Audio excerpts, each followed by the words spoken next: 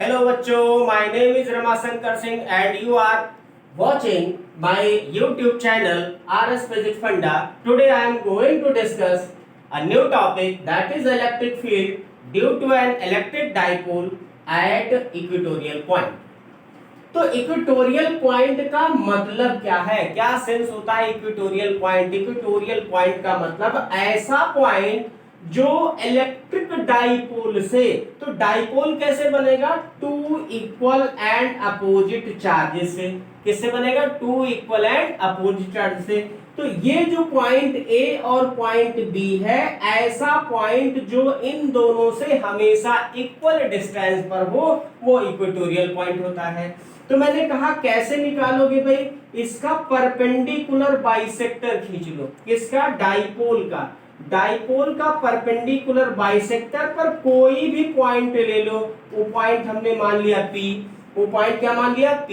यह point P A और B दोनों से इक्वल डिस्टेंस पर है, इसीलिए इसको कहा गया इक्वेटोरियल पॉइंट। और यहां पर मुझे निकालना है इलेक्ट्रिक फील्ड की इंटेंसिटी।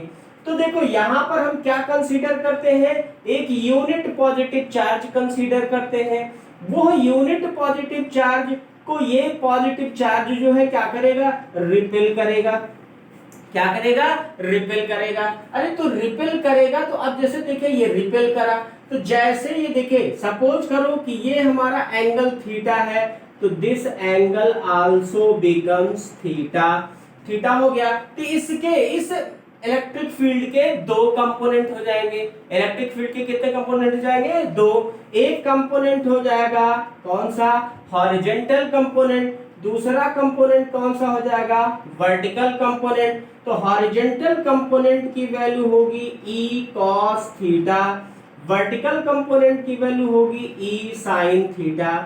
तो सेम जरा देखो, ये निगेटिव चार्ज क्या करेगा? इस पॉजिटिव वाले को अट्रैक्ट करेगा। तो देखिए ये अट्रैक्ट कर रहा है, तो अट्रैक्ट कर रहा है, तो यहां देखिए इसकी डायरेक्शन क्या हो गई?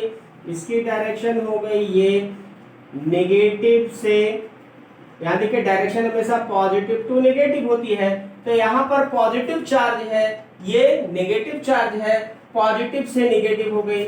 यहां पर डायरेक्शन क्या हो गई? आउटवर्ड, बाहर की तरफ थी, ये इसमें पॉजिटिव से नेगेटिव की तरफ, पॉजिटिव से नेगेटिव की तरफ। अब ये मान लो एंगल थीटा, तो अगेन आप देखो इस इलेक्ट्रिक फील्ड के भी दो कंपोनेंट हो जाएंगे। इस इलेक्ट्रिक फील्ड के भी दो कंपोनेंट हो जाएंगे।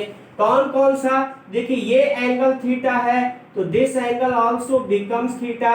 सो two components, this is one component, that is जिस पर एंगल बनता है वो हॉरिजॉन्टल कंपोनेंट होता है। तो यहां कहेंगे E cos थीटा हो जाएगा, और ये कंपोनेंट क्या हो जाएगा? इसको कहेंगे E sin थीटा हो जाएगा। ये बात क्लियर हो गई। मुझे निकालना है टोटल इलेक्ट्रिक फील्ड कितनी होगी। तो टोटल इलेक्ट्रिक फील्ड क्या होती है? वेक्टर सम होती है। क्यों वेक्टर सम कह रहा हूं? क्योंकि इलेक्ट्रिक फील्ड हमारी वेक्टर क्वांटिटी है। इलेक्ट्रिक फील्ड कैसी है? वेक्टर क्वांटिटी है। जब इलेक्ट्रिक फील्ड वेक्टर क्वांटिटी है, तो हमें टोटल इलेक्ट्रिक फील्ड मतलब E इक्वेटोरियल की बात करनी है। E इक्वेटोरियल क्या हो जाएगा? तो हमने कहा देखिए दो कंपोनेंट E cos थीटा तो एक ही डायरेक्शन में है, लेकिन दो कंपोनेंट जो E sin थीटा मतलब वर्टिकल कंपोनेंट, जो वर्टिकल कंपोनेंट है, वर्टिकल कंपोनेंट एक दूसरे के अपोजिट में है। यहां से ध्यान दीजिए, ये हमारा A है, यहां पर भी A है, तो ये हमारी R है, तो इसका डिस्टेंस हमारा R square plus A square होगा। ये डिस्टेंस हमारी क्या होगी? Again R square plus A square होगी। मींस क्या हुआ? इस पॉइंट P पर इलेक्ट्रिक फील्ड A और B से सेम होगी। इस पॉइंट P पर इलेक्ट्रिक फील्ड सेम होगी from A to B, A और B से। क्यों? दोनों की डिस्टेंस इक्वल है, दोनों के चार्जेस का इक्वल है, केवल साइन चेंज है, डायरेक्शन अलग अलग हो सकती है, लेकिन मैग्नीट्यूड इस पॉइंट पर इक्वल होगा। तो इक्वल होगा, तो E इक्वेटोरियल कितना होगा? तो मैंने कहा इक्वेटोरियल एल्जेब्रिक सम नहीं, वेक्टर सम होता है। कैसा होता है? वेक्टर सम होता है। तो आप कहोगे E cos theta due to positive charge plus E cos theta due to negative charge plus E sine theta due to positive charge and minus E sine theta due to negative charge. ऐसे चाहे लिखने के लिए लिख सकते हो due to positive Q due to negative Q due to positive Q due to negative Q, लेकिन इसको लिखने की जरूरत नहीं है, इतना अपने आप ध्यान में रखा जाए। ठीक है, यहां देखो क्यों इसको माइनस कर दिया? अरे पॉजिटिव चार्ज के कारण इलेक्ट्रिक फील्ड की डायरेक्शन नॉर्थ की तरफ है, दिख रही है, ऊपर की तरफ दिख रही है। तो नेगेटिव के कारण इलेक्ट्रिक फील्ड की डायरेक्शन अपोजिट में है, तो दोनों डायरेक्शन अपोजिट होने के कारण मैंने यहाँ साइन माइनस लगा दिया। यहाँ क्यों प्लस कर दिया? यहाँ दोनों डायरेक्शन एक तरफ है, दोनों डायरेक्शन एक तरफ, इसलिए मैंने इसको दोनों प्लस कर दिया। यहाँ माइनस क्यों कर दिया? क्योंकि दोनों की डायरेक्शन एक दूसरे के अपोजिट थी। तो अब देखिए, चूंकि इलेक्ट्रिक फील्ड हमने आपको बताया कि जब डिस्टेंस सेम है, मैग्नीट्यूड सेम है, तो इलेक्ट्रिक फील्ड भी सेम होगी। So these two component means E sine theta में कैंसिल आउट। तो यहाँ क्या हो गया? ई इक्वेटोरियल हो गया कितना? 2e cos theta. अब e की वैल्यू क्या है? cos थीटा की वैल्यू मिल जाए और इक्वेटोरियल की वैल्यू मिल जाएगी। चलो भाई e की वैल्यू क्या है? तो e की वैल्यू तो हम लोग जानते हैं k q upon are square, a e k q upon are square. R square की जगह होगा under root are square plus A square और इसका whole square. Is it clear?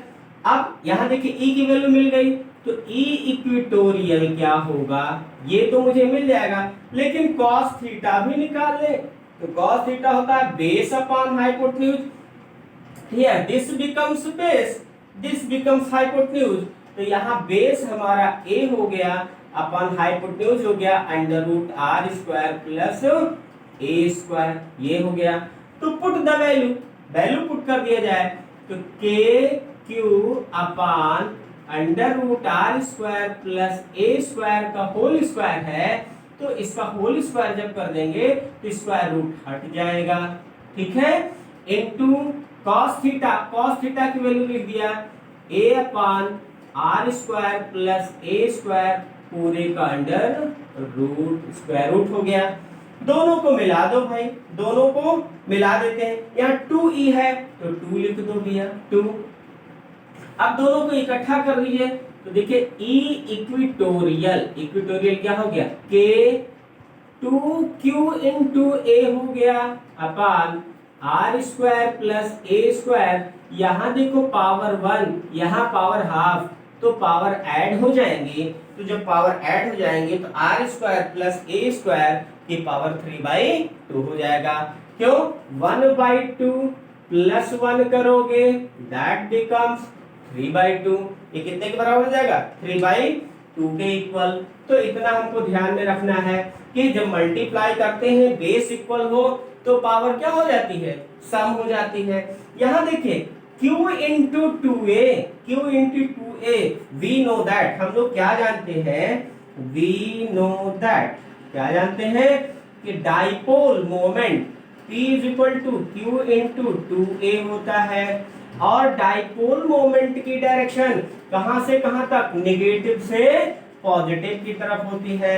तो लुक एट हियर, यहाँ जो नेट इलेक्ट्रिक फील्ड है, ये नेट इलेक्ट्रिक फील्ड की डायरेक्शन देखो पॉजिटिव से नेगेटिव की तरफ, पॉजिटिव से नेगेटिव की तरफ है, मतलब पॉजिटिव से नेगेटिव की तरफ। और डाइपोल मोमेंट की डायरेक्शन नेगेटिव से पॉजिटिव होती है।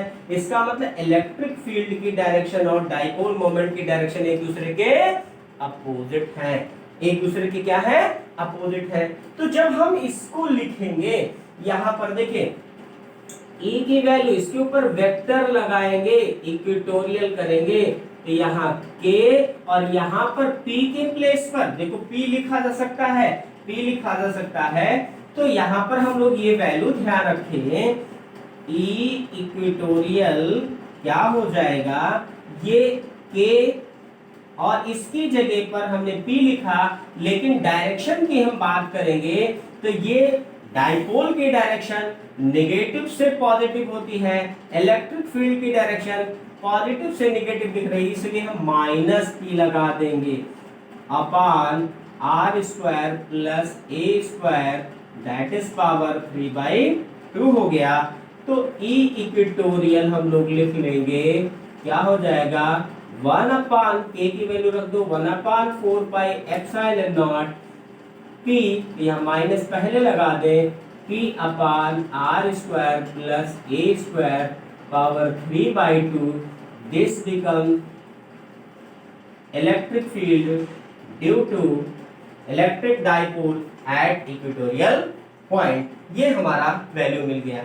अब इसमें कंडीशन, वही फिर से कंडीशन लगा दी जाए।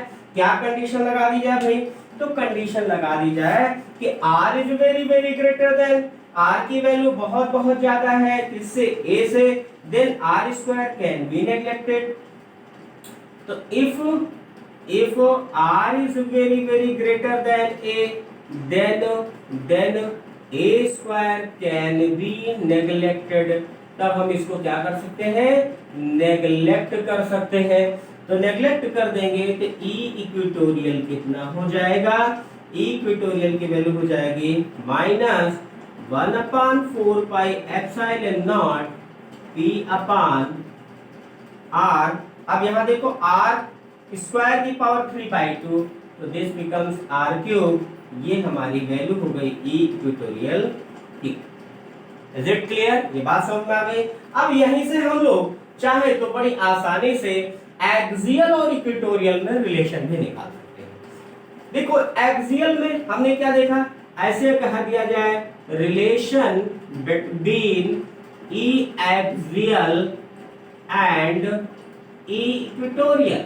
ई इक्वेटोरियल दोनों में रिलेशन क्या है, तो ई इक्वेटोरियल कितना था भाई, ई इक्वेटोरियल था 1/4 pi epsilon not 2p upon r³। और ई एक्सियल देखो कैसे, सॉरी ई एक्सियल था, तो ई इक्वेटोरियल कितना है, अभी हमने निकाला 1/4 pi epsilon naught p upon r³। Means आप देख रहे हो ई इक्वेटोरियल इस e axial is twice of e equatorial. तो ऐसे भी लिख सकते हैं कि e equatorial e axial equals to twice e equatorial.